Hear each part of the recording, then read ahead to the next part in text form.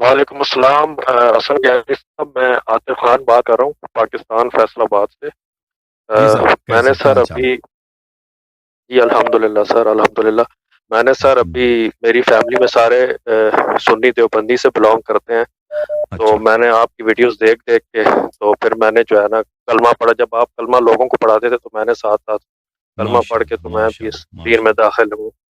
گھر والوں کو تو پتہ سر نہیں اللہ چلا؟ تعالیٰ آپ کو نہیں سر ابھی تک نہیں پتا، میں نے اپنا عقیدہ خفیہ ماریں گے رکھا آپ ہوا کو ہے نا؟ کیونکہ میں جی سر والد صاحب کو پٹھان پتہ فیملی ہے چلے تو میری۔ آپ کو ماریں گے؟ جی سر قتل کرنے شاید۔ تو آپ ان کو نہ بتانا، ٹھیک ہے نا؟ جی نہ سر، بتانا۔ تو ہاں، بس میں نے اسی لیے عقیدہ خفیہ رکھا ہوا ہے، اور میں ابھی بھی گھر سے جس سے بات کروں نا، میں گھر سے باہر نکل کے بات کروں تاکہ گھر میں اچھا، میری آواز نہ جائے۔ انشاءاللہ خداوند متعال ان کے دل میں بھی نرمی لائے، انشاءاللہ ان کو خدا بھی ہدایت دے۔ اللہ تعالیٰ آمین کریم ہے، آمین آمین اللہ تعالیٰ آپ سے آمین۔ قبول فرمائے۔ جی سر، جزاک اللہ۔ سر ایک بس سوال تھا میرا کہ سر جو جی اہل تشریف حضرات ہیں وہ جب نماز پڑھتے ہیں تو وہ نا ایک ٹکی رکھ کے آگے نا سجدہ کرتے ہیں، ہوں تو میں نے یہ سنا ہے کہ اگر ٹکی نہ رکھیں تو اس کا کپڑے پہ نماز پڑھے تو باطل ہو جاتی ہے، تو اس نہیں حوالے سے نہیں، سر تھوڑی رہنمائی فرمائیے گا کہ وہ کیا نماز کیا باطل نہیں جائے نا۔ ہوتی بھائی۔ دیکھیں حضرت امام جعفر صادق علیہ الصلاۃ والسلام نے ان کے فرمان کے مطابق دیکھیں، اور بلکہ میں بخاری جی کے میں آپ کو حدیث دکھاؤں، جی جی میں آپ کو بخاری کی حدیث دکھاتا ہوں کہ دیکھیں رسول پاک صلی اللہ علیہ وآلہ وسلم سے ملاحظہ فرمائیے عزیزو، ایک کتاب ہے مسند احمد ابن حنبل، یہ حدیث کئی کتب میں ہے۔ مسند احمد ابن حنبل جلد نمبر 7، الجزء السابع، چاپ دار التراث احیاء دار احیاء التراث العربی، جو سنہ 1994 میں چھپی ہے۔ یہاں پہ ملاحظہ فرمائیے، صفحہ نمبر ہے 427، حدیث نمبر ہے 26032۔ بھلے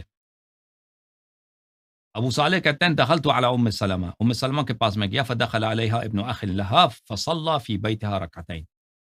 ام سلمہ رضی اللہ تعالی عنہا کا جو ایک بھتیجا تھا وہ وہاں پہ آیا، اس نے بھی وہاں پہ آ کے 2 رکعت نماز پڑھی ہے۔ اچھا، جب اس نے سجدہ کیا ہے، سجدہ کرنے لگی ہے، تو اس نے پھونک ماری ہے، زمین پہ پھونک ماری ہے تاکہ زمین صاف ہو جائے۔ تو فقالت له ام سلمہ نے کہا، یا ابن اخی لا تنفخ فانی سمعت رسول اللہ صلی اللہ علیہ وآلہ وسلم یقول لغلام له یقال له یسار قرب وجهك للہ، کہ اے میرے بھتیجے تو جو ہے پھونک نہ مارا کر، مٹی کو صاف نہ کیا کر، مٹی پہ سجدہ کرو، کہ میں نے رسول اللہ صلی اللہ علیہ وآلہ وسلم سے سنا کہ ان کا ایک غلام تھا، اس غلام کا نام یسار تھا، اس سے فرمایا ترب وجهك، ترب تراب کو بولتے ہیں، مٹی کو کیا بولتے ہیں؟ تراب۔ ترب اپنے چہرے کو مٹی، سجدے میں مٹی میں مالنا، اپنے چہرے کو مٹی میں ڈالنا،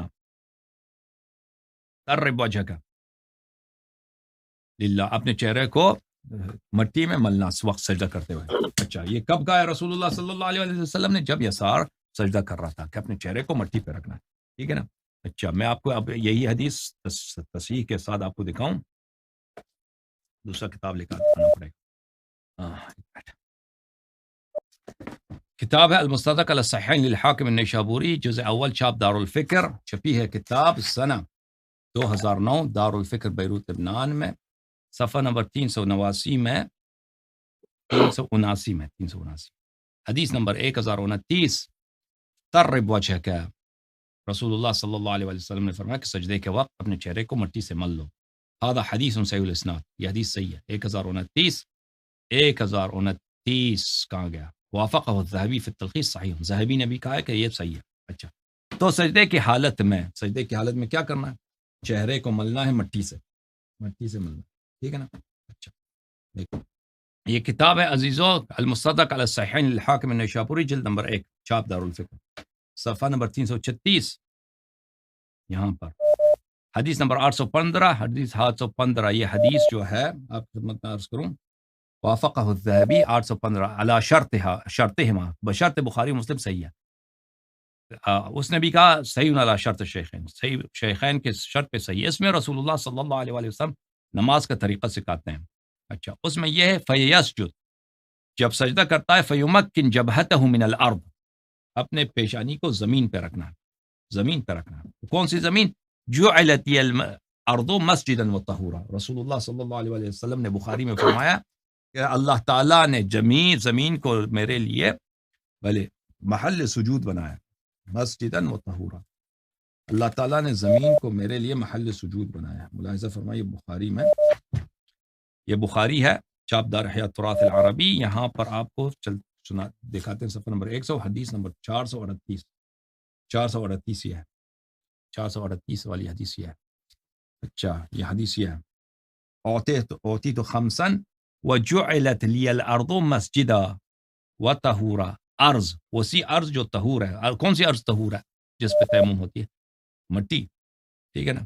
ارض کو اللہ تعالیٰ نے میرے محل سجود بنایا. اچھا تو سجدہ کس پہ کرنا؟ خاک پہ کرنا. اہل بیت طاہرین علیہ السلام نے فرمایا کہ 3 چیزوں پہ سجدہ نہیں ہوتا. ایک جو ہے معدن پر، جو منرل چیزیں ہیں، مثلا سونا چاندی، قیمتی چیزیں جو زمین سے نکلتی ہیں، اس پہ سجدہ نہیں ہوتا. ایک کھانے کی چیزیں، مثلا کوئی مثلا کھانا، روٹی پہ آپ سجدہ کریں، اس پہ سجدہ نہیں ہوتا. ایک لباس ہے، پہننے والی چیزیں جو ہیں، اس پہ سجدہ نہیں ہوتا. ان 3 چیزوں پہ. اور یہ بھی فرمایا اہل بیت علیہ السلام نے، کیونکہ یہ اہل دنیا کے خدائے ہیں. جو لوگ دنیا کی پوجا کرتے ہیں نا، ان کے خدا کیا ہے؟ ان کے خدا چاندی پیسہ اور جو زمین سے قیمتی چیزیں نکلتے ہیں، یا کھانے کی چیزیں یا پہننے کی چیزیں. سارا ان کا ہدف، زندگی کا ہدف، ان کی جو پوجا ہوتی ہے انہی چیزوں کی ہوتی ہے. تو ان چیزوں پہ سجدہ نہیں ہوتی. باقی ہر چیز پہ سجدہ جائز ہے، لیکن افضل کیا ہے؟ افضل یہ ہے کہ انسان سجدے پر، زمین پہ سجدہ کرے، زمین پہ سجدہ کرے. میں آپ کو ایک اور حدیث دکھاؤں، اللہ آپ کا بھلا کرے. جی سر. یہ کتاب ہے عمدۃ القاری بشرح صحیح البخاری، جزء رابع، چاپ دار الکتب العلمیہ. یہاں پر آپ کو لے کے چلتے ہیں میرے بھائی صفحہ نمبر 400، صفحہ نمبر 162 میں. صفحہ نمبر 162 میں یا حدیث رسول اللہ صلی اللہ علیہ وآلہ وسلم کی عفر وجہک فی التراب. جب سجدہ کرنے لگو تو اپنے چہرے کو تعفیر کرو، تراب میں اچھی طرح سے اپنے چہرے کو مل لو. بہرحال تو جب ہم شیعہ حضرات کیا کرتے ہیں؟ مٹی پہ سجدہ کرتے ہیں، مٹی پہ سجدہ کرتے ہیں.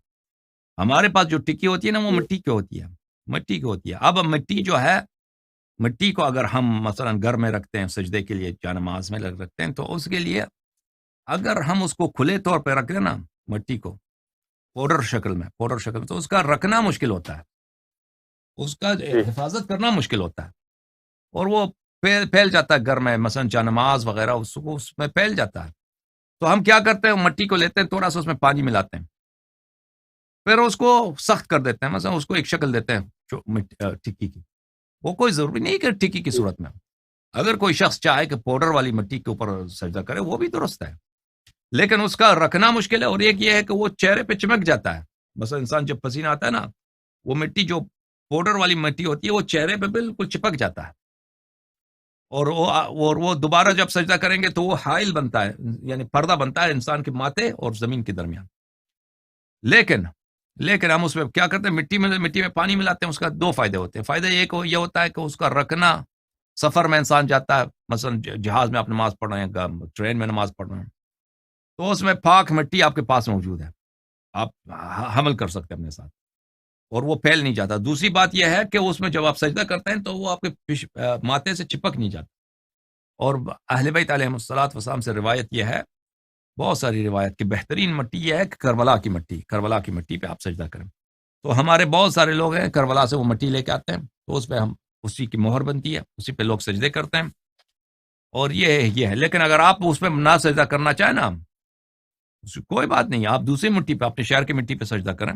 لیکن جیسے احادیث میں ہے، آپ کے اپنے احادیث میں کہ رسول اللہ صلی اللہ علیہ وسلم نے فرمایا عفر وجہک فی التراب، یا ترب وجہک، اپنے چہرے کو تراب پہ، مٹی پہ خوب مل لو سجدہ کرتے ہوئے. تو یہ کرنی چاہیے. اور ہم شیعہ یہی کرتے ہیں، کہ کس چیز پہ سجدہ کرتے ہیں؟ کپڑے پہ سجدہ نہیں کرتے، اور معدنی اشیاء پہ سجدہ نہیں کرتے، کھانے پہ سجدہ نہیں کرتے. سجدہ کرتے ہیں تو مٹی پر. لیکن اگر کوئی مٹی لکڑ پہ سجدہ کرنا، وہ جائز ہے. مثلا پتے پہ کرنا چاہیے، جو پتا کھانے والا نہیں ہوتا نا، اس پہ آپ سجدہ کریں، وہ جائز ہے. کاغذ پہ سجدہ کریں، وہ جائز ہے. یہ سب چیزوں پہ جائز ہے. لیکن افضل کیا ہے؟ افضل جس کی ثواب زیادہ ہے وہ مٹی ہے. جی سر. سر جس طرح وہ پرانے زمانے میں کھجور کی جو ہوتی تھی چٹائیاں ٹائپ ہوتی تھی اس کی بھی لوگ ہاں مسئلے بالکل بنا کے چٹائی پہ آپ سجدہ کر رہے ہیں وہ بھی سجدے وہ جائز ہے ہمارے پاس بالکل ٹھیک ہے سر، بہت بہت شکریہ سر، جزاک okay Allah, sir thank you thank you